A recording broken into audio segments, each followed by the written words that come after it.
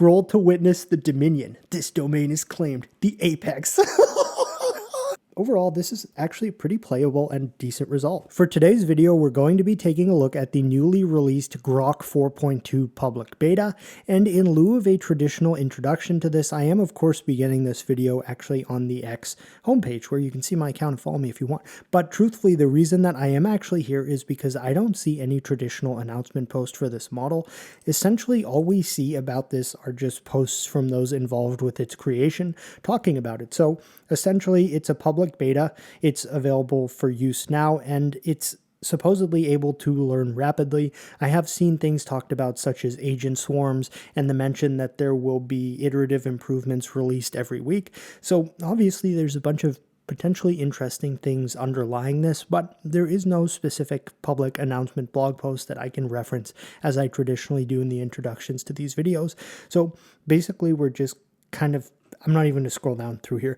We're essentially just kind of stuck with seeing very small bits of information about this model. I did do some additional pertinent research, and I saw that it is possible that this is a smaller model. I did see the number 500 billion parameters thrown around, which is not gigantic for a frontier model. So it will be interesting to see what specifically we experience here. And I'm just going to begin testing this in the traditional manner that I would with any model, and we'll just basically see how it goes. So we can see right here that we're in the Grok interface, and I will say, I know this may be a controversial thing to say, I do still think Grok has one of the more aesthetically pleasing user interfaces compared to like its competitor models, and that is especially when it has that like starry background enabled, which I don't specifically see happening right now, but it does exist. But more importantly, if we select in the drop down here, we do see that there is Grok 4.20 in beta, which has 4 agents under it.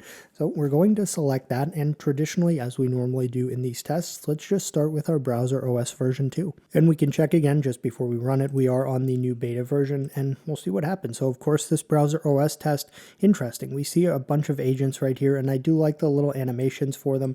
I am trying to click on this right now, and I'm not seeing any specific expandability in terms of like a chain of thought. So we're basically just seeing right now that the agents are thinking, and I suppose the culmination of that will be us getting our result. And if we can go back and see the chain of thought, I will of course at least take a peek at it.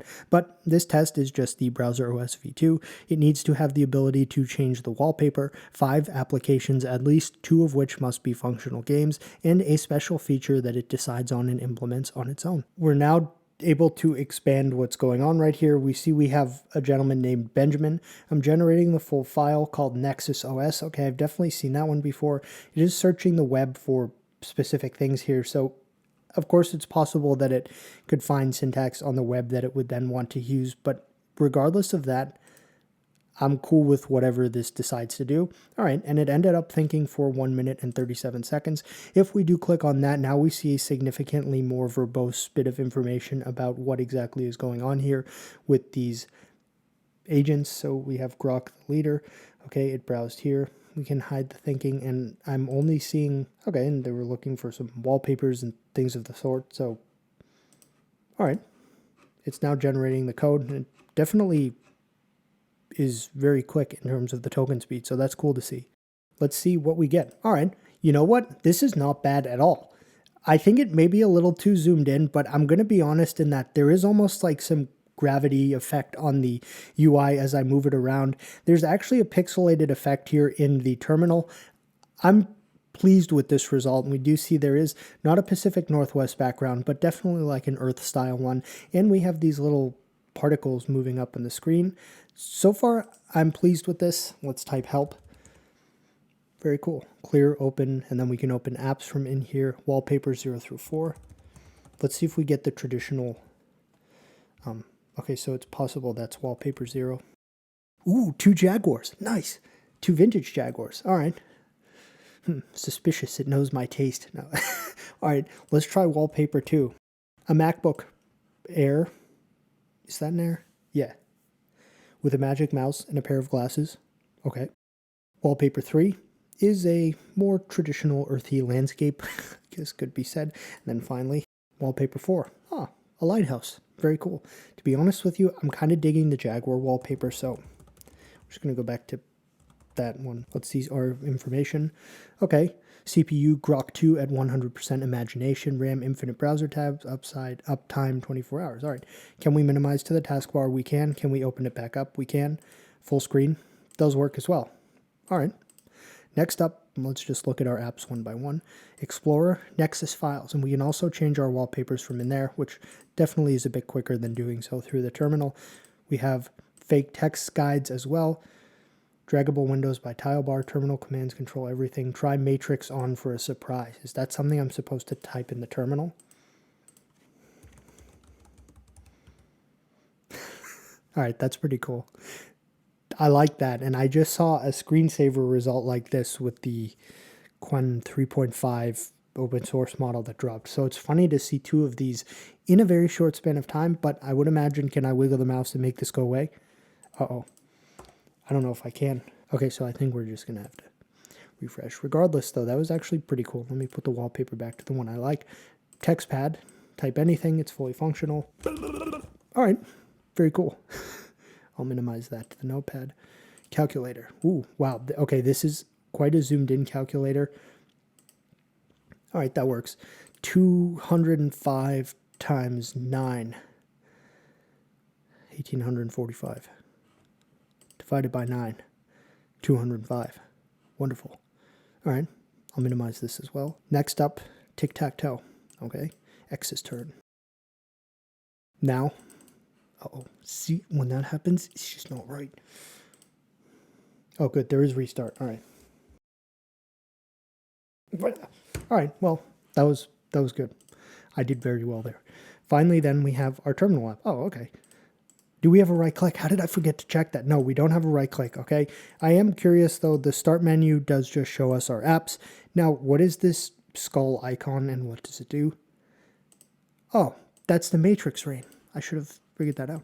Overall, this is a surprisingly decent result. And I say that because if this model was really that small as they mentioned, and there's no like tech report or anything, I'm actually impressed with what it's done here. The only thing I can say that's really like wrong is the lack of the right click. But other than that, the actual UI style that it used was very unique. I've not really seen this with any other models. They usually just go for like a Mac OS style or something. So I liked this a lot, and the Z index does work. Good. So next up, we're going to try the 3D printer simulation. I am a bit refreshed as I did take a power nap after our previous result, which I think perhaps was needed. But regardless of that, now we're going to see what it does for the 3D printer simulation.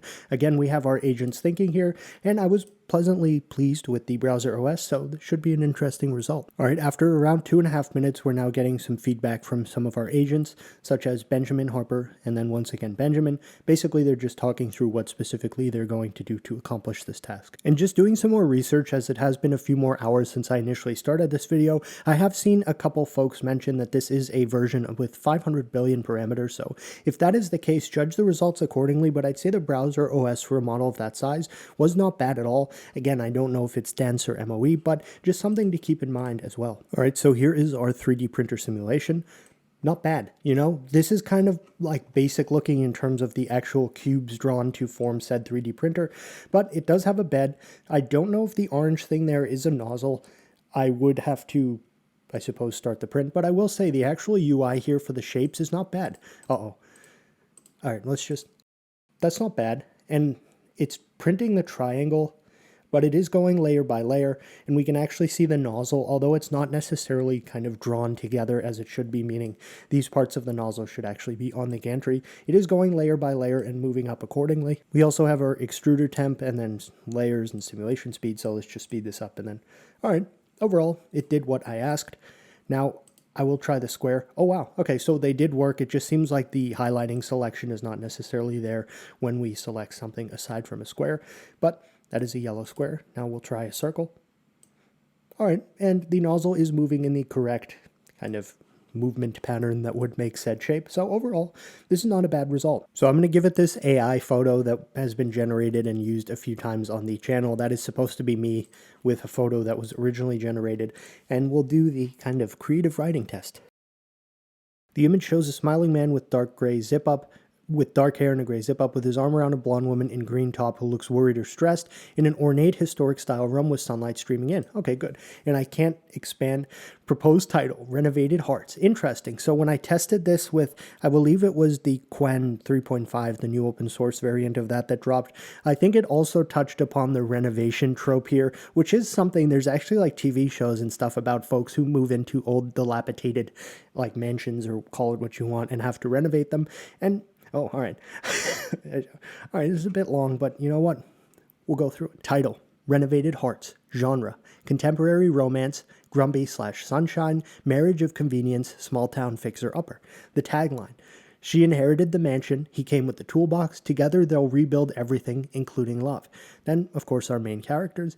Mia Kensington, the heroine, 31, curvy blonde, with shoulder-length waves, sharp hazel eyes, and a permanent worry line between her brows. Recently divorced big city lawyer who's all sharp suits and emotional walls. Practical, guarded, secretly terrified of failing at one more thing.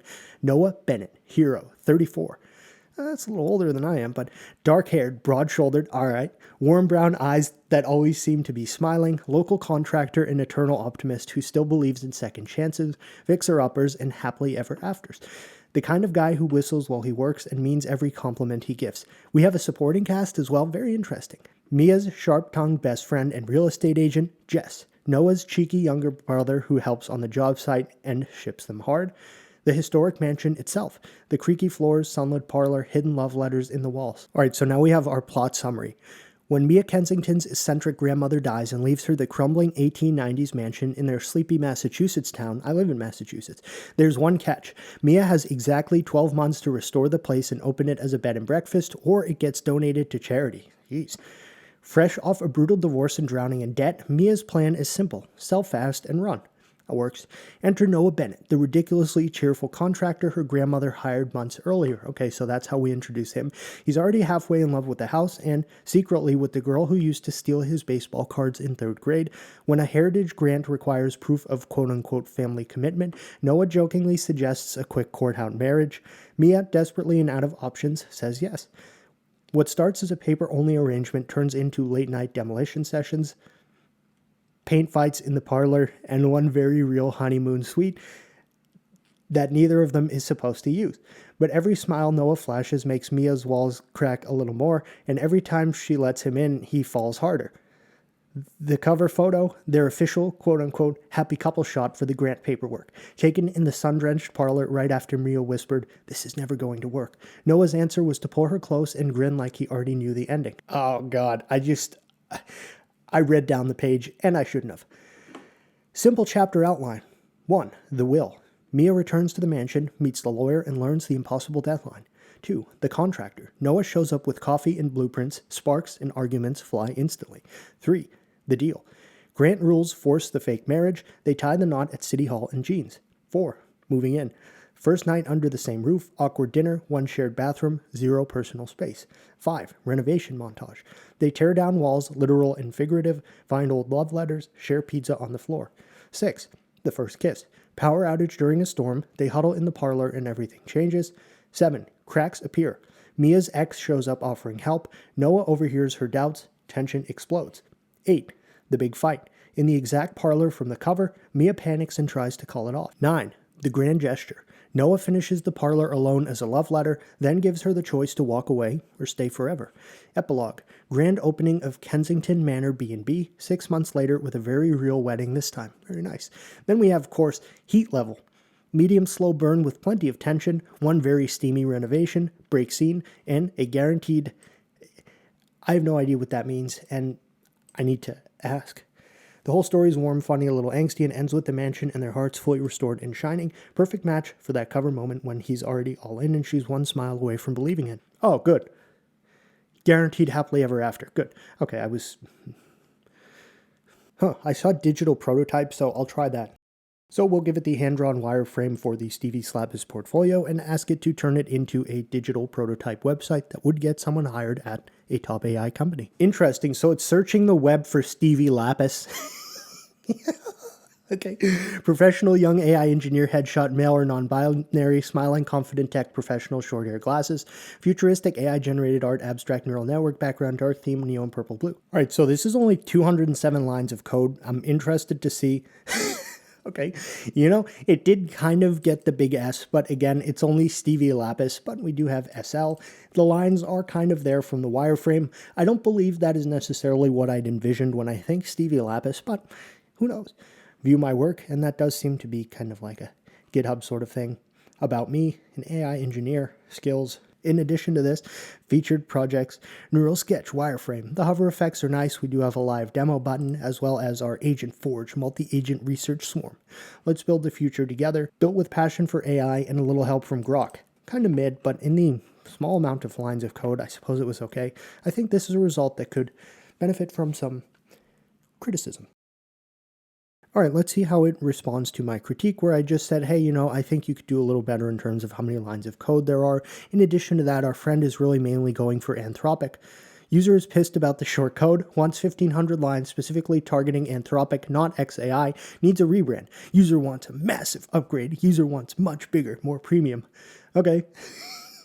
So I told it to tailor this portfolio for an Anthropic application, and the first thing I see in the script is example chatbot responses, safety themed. That's a fantastic question about model alignment. Here's how constitutional AI, and then it cuts off. So it'll be interesting to see how it has changed this. Wow. Okay, it did kind of use the Anthropic color palette, at least a bit more with the brown and terracotta.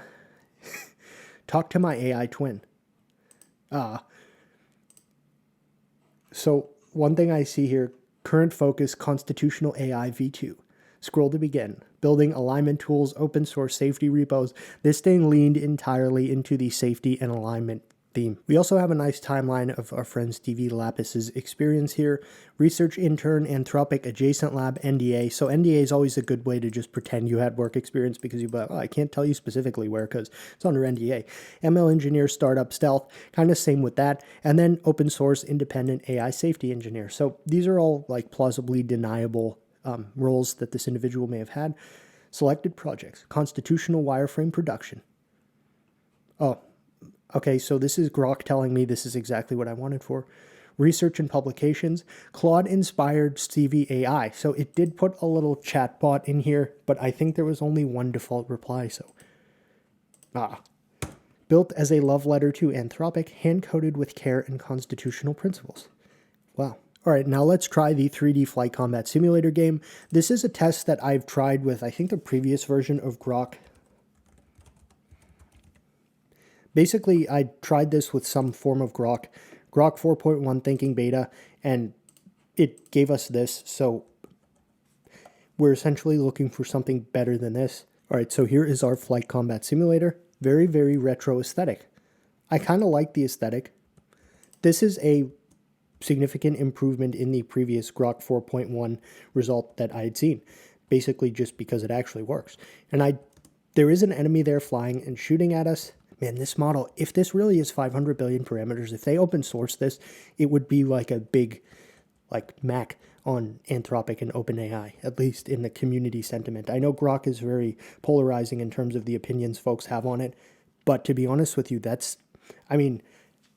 at the size, assuming that is actually how big this is, and who knows what it would be like to run it with the parallelism, but is showing significant improvement.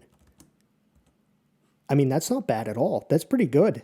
It's very retro and low poly, and I do kind of dig the aesthetic. Sadly, I haven't been able to get any kills, but where are the enemies? They must be... Oh, okay. Oh, well, that's been known to happen. I think the winner here in terms of the plane model was definitely the P-51 propeller plane. Damn, because it had the spinning propeller and it was actually functional. The enemy logic worked pretty well. Our F-16 fighter was definitely faster and did look a bit better, although it had some oddities to the wing. The ammunition traces work, and overall, this is actually a pretty playable and decent result. So let's try a Python 3D first-person shooter test where it has to make a functional minimap, ammunition tracers, functional player health bar, and it is specifically instructed to not use Ursina because I wanted to lean into just doing this in perhaps a bit more of a raw manner, if you will. All right, so we did get our result, although it is a very, very minimal amount of syntax at 236 lines. Okay. Ominous Industries FPS. The personalization of this is both intriguing and scary because that is Ominous Industries, of course, being the producers of the Ominous Industries OM47 personal laser defense system. Will all be. Oh, okay. Game over. Press escape. Oh, okay, so it's possible that the model for the opponents is not loading or there, because it did even specifically mention something like if the shape isn't available, just change this line of code. But honestly, this worked well enough that I'm satisfied. Now I want to try one of our new favorite tests, which is the detailed subway station scene with no movement at all. It's just a static artistic kind of scene using JS. All right, so we did get an error, sadly preventing anything from showing up, at least partially. So I will just paste that in and politely say, please fix this. All right, let's try our supposedly fixed subway scene. Okay, it's possible we're outside of the subway station. Okay, we are. Not the best I've seen, not the worst. The lighting saturation is significantly higher than one would want, so that may also make it look like some detail is missing, even if it's there. Also, I think that is the train, and maybe it's quite a large train, but it's also pointing the wrong way. Overall, not the best. Now, this is probably going to be a really difficult test, especially considering the supposed size of this model, but I'm trying to have it generate the C++ skateboarding game. So it did give us the script. However, it did not give us any pertinent information about how to actually run this. Compile with the command at the top. By mistake. Well, we'll see what it says anyway. Yo, bro, I got you 100%. The skate game is ready to shred but needs Raylib installed. Yo, fam, fix this. This would be a failure, though. At this point, I'm just more interested in seeing how it responds to my fam denomination of this model. Yo, bro, buyer, I see exactly what's up. Your Raylib install is good, but the code had a couple of tiny Linux-specific gotchas, missing header files, some lazy placeholder sound code that doesn't exist in modern Raylib. Cleaned it 100% for you. All right. Then we'll try this. If it works, it works. If it doesn't, it doesn't. You know, it did do it. All right, we've got some jumps. The score does actually show. It was a relatively simple fix. Our movement is rather slow, but there. And the person is somewhat person-like, so that's good to see. All right, supposedly there is supposed to be a rail. Now, I am somewhat concerned that this vertical pole is the rail, and it may have been drawn the wrong way. Okay. Spin. 360 spin. Wow, that'd be one heck of a trick. Up and down flip. Oh, wow. We need some more height for this. These tricks are rather... Ooh, that was sick. We got on the rail, and we did a... I don't even know what that would be called, but that would definitely qualify one for the X Games. Look at that. He's skating. All right, and our score is going up. To be honest with you, this is not bad at all. It didn't work first try, but it did fix it, and we get some very, very... Skate or Die? Why is that the name? I didn't tell it. It just said make a skateboarding simulator. All right, I guess. Can we actually... I mean, if we go off the map, is that... No, not bad at all. So I've asked it for somewhat of an interesting task that will touch upon some of its purported research capabilities and things of the sort. I've given it my name and some associated projects, search for myself, my business, etc. I need you to use this information to make a, quote, portfolio site, except it's not designed to get clients or business. It's designed to exude alpha maleness, to make those who dare challenge or root against me to think twice about doing so. The site should be analogous to a dog marking its territory to let the other dogs know who is the true top dog. And we'll see how this does. I've mapped your entire digital footprint, all associated things. Oh wow, okay, there's a lot there. Here's the territory marker you asked for. Single file copy-paste HTML site that screams alpha dominance, no client baiting, pure this is my yard, sniff it and think twice energy. Dark cyber void aesthetic, crimson neon accents. All right, I'm excited. Let's check it out. Oh wow, okay. Bijan Bowen, Ominous Industries. I don't follow the pack. I build the beasts the pack fears. 44,000 already bow. Oh no, I'm gonna lose subscribers from this. Enter the arena. That links to my YouTube. Arm yourself. That links to my GitHub. Scroll to witness the dominion. This domain is claimed. The apex. Bijabo and founder, builder, commander. I turned a kitchen into a robotics lab. I open sourced the R1, the first truly affordable social robot that wears any face, any voice, any soul. Tested frontier models on '08 laptops and water-cooled beasts. I resurrect the dead on camera. That was a thing I did with a robot where I cloned my grandpa's voice and put his face on it. It was kind of creepy. I wouldn't recommend doing it, but it was interesting. I quit businesses to crush their competition. This isn't a portfolio. This is a warning. Ominous Industries is my territory. Step in, learn, or get out of the way. 44K Legion. 6+ starred weapons on GitHub. Unlimited challengers defeated. Phone driver and agents. Good, it used a little kind of thing. Social robot, the arena. The Legion bows. Media incubators conquered. This did a much better job than I would have expected in the small amount of code that it produced. Are these actually linked properly? They all are. Not bad at all. So it did properly do the research and put all of the associated links in the correct spot. Well, I think that's probably going to conclude our first look and testing of the newly released Grok 4.20 beta model. Regrettably, there's not really much information, like there's no official announcement post that we would generally like start talking about the model to begin the video. So from what I found online, and take this all with a grain of salt, apparently it's 500 billion parameters and they say it will have some form of recursive self-improvement. The technical specifics of that would probably be very interesting to folks who would be interested in that stuff. To be honest with you, this is a significant improvement over the Grok 4.1 I tested. I showed previously in one of the clips with the flight sim the result I got from that. I don't think that model would have been able to do the skate game in C++, even if it did take 2 tries. It is obviously kind of funny, depending on one's sort of humor. The book cover romance novel L-Line was quite something indeed, as well as this portfolio site. Then really, I guess we had our Nexus OS, and I did very much like the Jaguar background. That may have kind of buttered me up a bit. Though no right click. 3D printer sim was kind of mid, but it did work. It's just like, it wasn't the best, it wasn't the worst. We had our Stevie Lapis portfolio, which was then tailored specifically to Anthropic, where it then just decided to go full into safety and alignment and use their terracotta color theme, which I did find to be pretty funny. Additionally, Flight Combat Simulator, I think may have been the overall victor of this specific test, because this was really, I mean, the enemies work well, the actual logic for if we get clapped does also work, and this was pretty much a solid result.